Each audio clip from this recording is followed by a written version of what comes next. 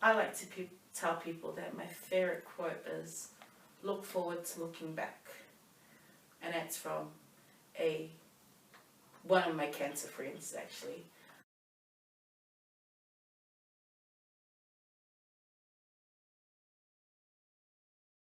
If you can please just think about what has been the hardest thing for you to deal with in your lifetime, um, and then maybe start from the beginning of how that happened and what you went through, and then how you overcame that. Wow, there's a lot. Yeah, I know.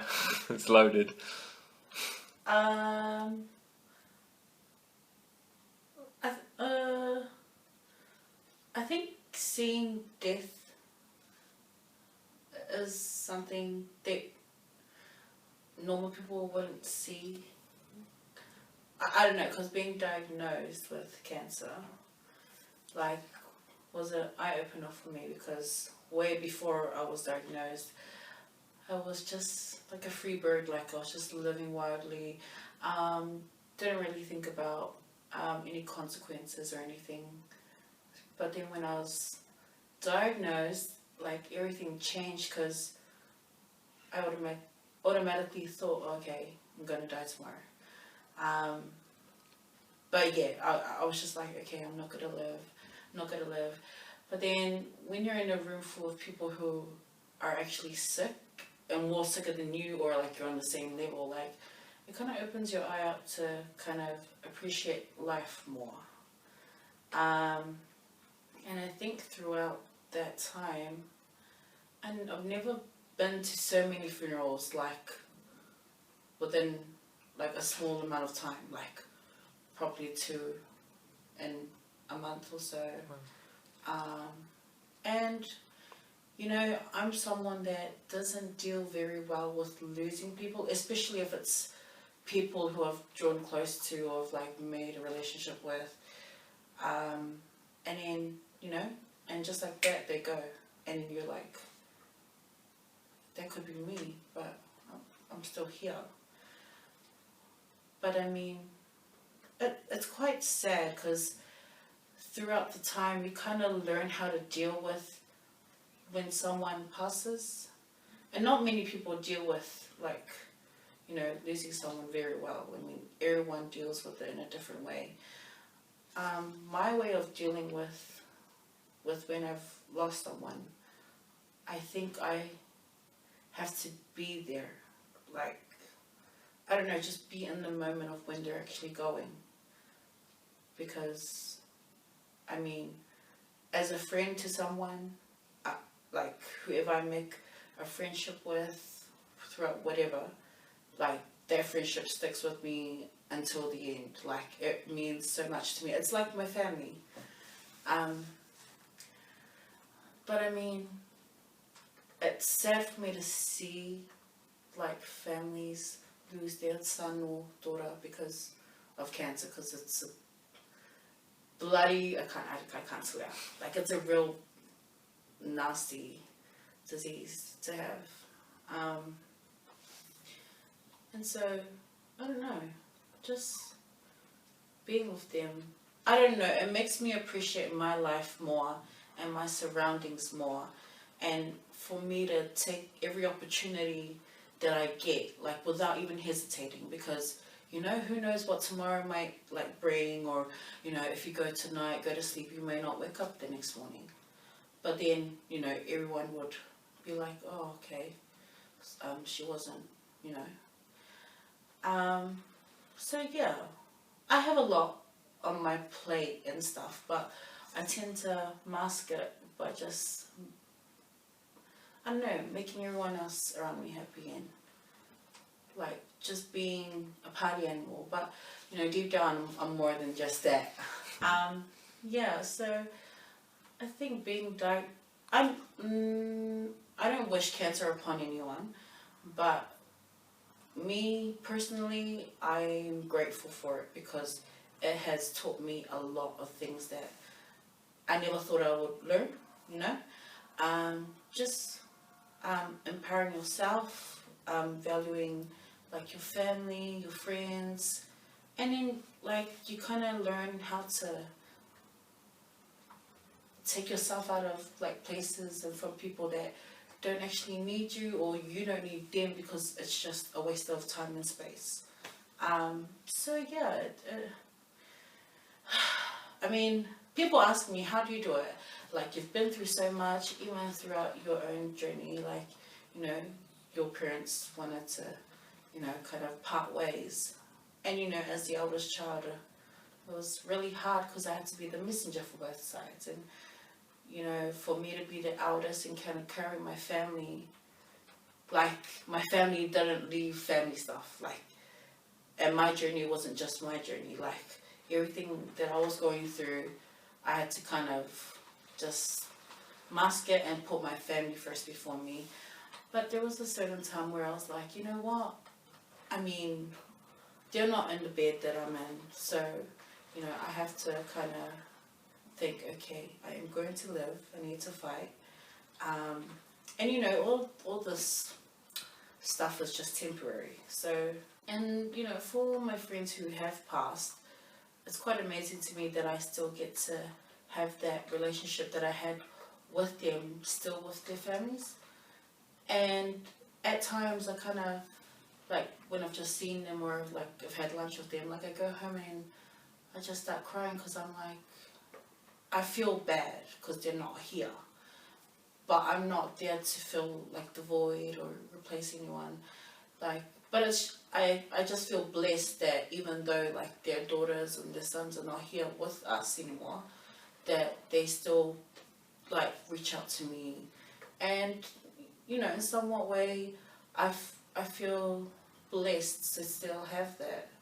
Not many people kind of open their homes up to, you know, random strangers. But I guess the journey I shared with the sons and daughters of these families, like, I think they know, like, what they went through is what I went through. But yet they're, like, deceased and I'm living. So, you know, when I look around and I see, like, these young people doing drugs, getting arrested for stupid reasons, really. Like, it kind of makes me really angry because it's like, you know, there's young people, or, like, just people in general, you know, fighting for their lives in hospital, got limited aid, and, you know, you got to pay for treatment, and then yet these other people are just throwing their lives away by hanging themselves, I don't know, taking drug overdoses. And to me, it's quite sad. It's like, if you don't want your life, like, you should just take a walk in the halls and, like, in the hematology or oncology ward or any ward in the hospital, and just, I don't know, everyone's different. But it just makes me real mad to, like, just see young people in general, like, just kind of throw their lives away, like, it's something you can claim back. Because I'm telling you, like, death comes like a thief in the night, like, it just, no one knows. But yeah, I have a passion actually for helping young people or any people, like, through their cancer journey, and I enjoy, like, help, like, just kind of to ensure that, you know, no person is alone while in their journey. Like, you know, many people think, okay, diagnosed with cancer, and they're like, oh my gosh, I'm gonna die. But then, although the news is not good, but when you have someone there who's actually experienced it, like, it makes you feel better. And I wish I had that, but I kind of did, but then they all passed.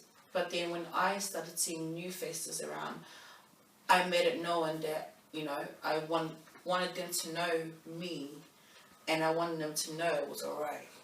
Like, you know, you can talk about anything, you know, it's okay to be bold, like, around in the hospital. Like, all these things are flaws, but, you know, it's temporary.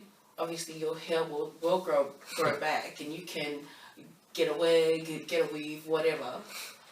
But, you know, hair doesn't matter as long as, like, you know, you kind of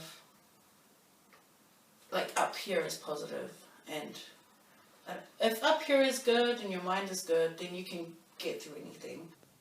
Being through chemo for 2 years, and then relapsing, and then needing to get a bone marrow transplant, like in between that time, I'm like, they tell me, okay, Amanda, you got 6 months to live. When you get told that, you're like you just don't know. You just go numb and you don't process it, and you're like, oh my gosh, okay, if this is it, then okay. But you know, in another way, I do fear, because it's like, oh, I'm not ready to go. I don't want to leave my family. Just things like that. But when you see other people who are told like okay, this is it. That's all. Like, they can't disagree. They just have to kind of take it and just, I don't know, prepare themselves.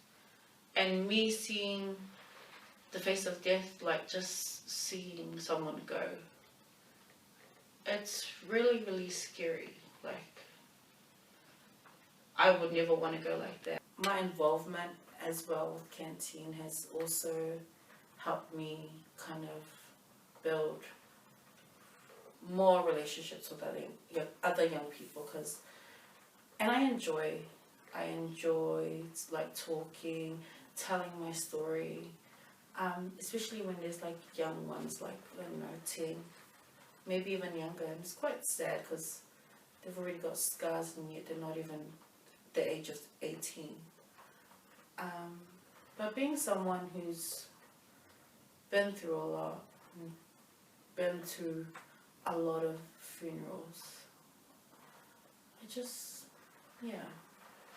makes me appreciate life. Although there are times where I'm like, okay, why am I still here? Like, why didn't I just die? But then, I don't know, everything happens for a reason, and everyone has a purpose in life. But it's up to you to choose, like, your path to lead you to that purpose.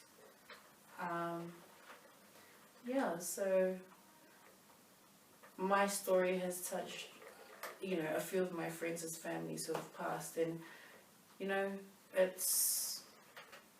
it feels great actually to kind of, hear them speak of me and, like, talk me up and just say, and to me, I'm humbled by that, because I'm like, okay, I haven't done much with my life, but, like, just sharing my experience with their family members, it's like, it comforts them at times, because, and being someone, like, not knowing anything medically, like, throughout time you learn a lot of stuff, like your hemoglobin, platelets, and all of that. So All that just goes straight over my head. like when people say it, spell it, I'm like, okay. And then, so if it wasn't for this American unknown donor, I wouldn't even be sitting here, actually. It's amazing how things work out.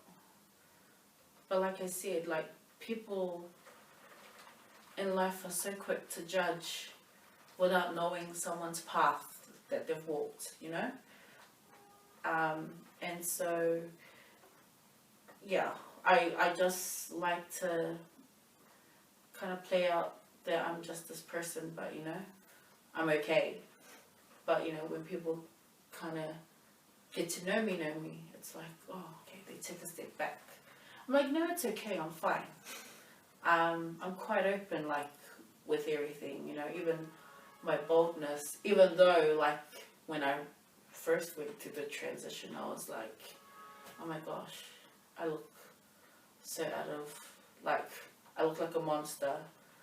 But I guess, like, the support of, like, the people who are actually there from day one, just making me feel better, I was like, okay, it's not so bad.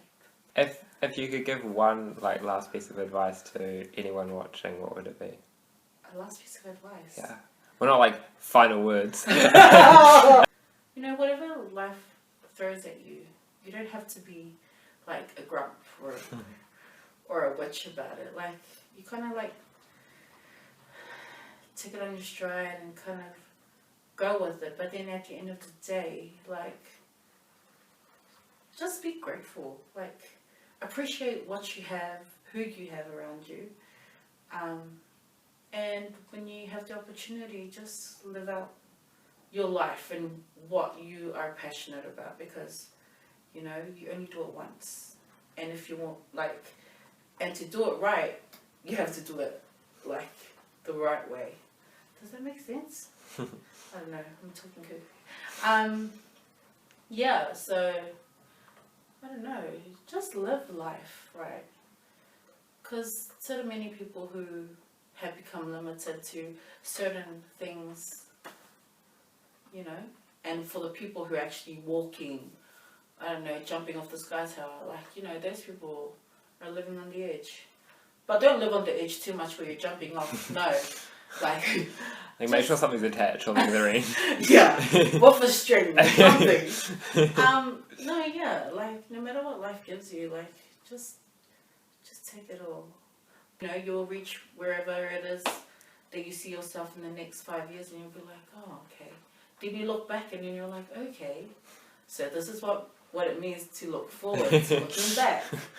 I know what Amanda was going on about. Like, oh my gosh. Yeah, no, yeah, that's it. Nice. Thank you.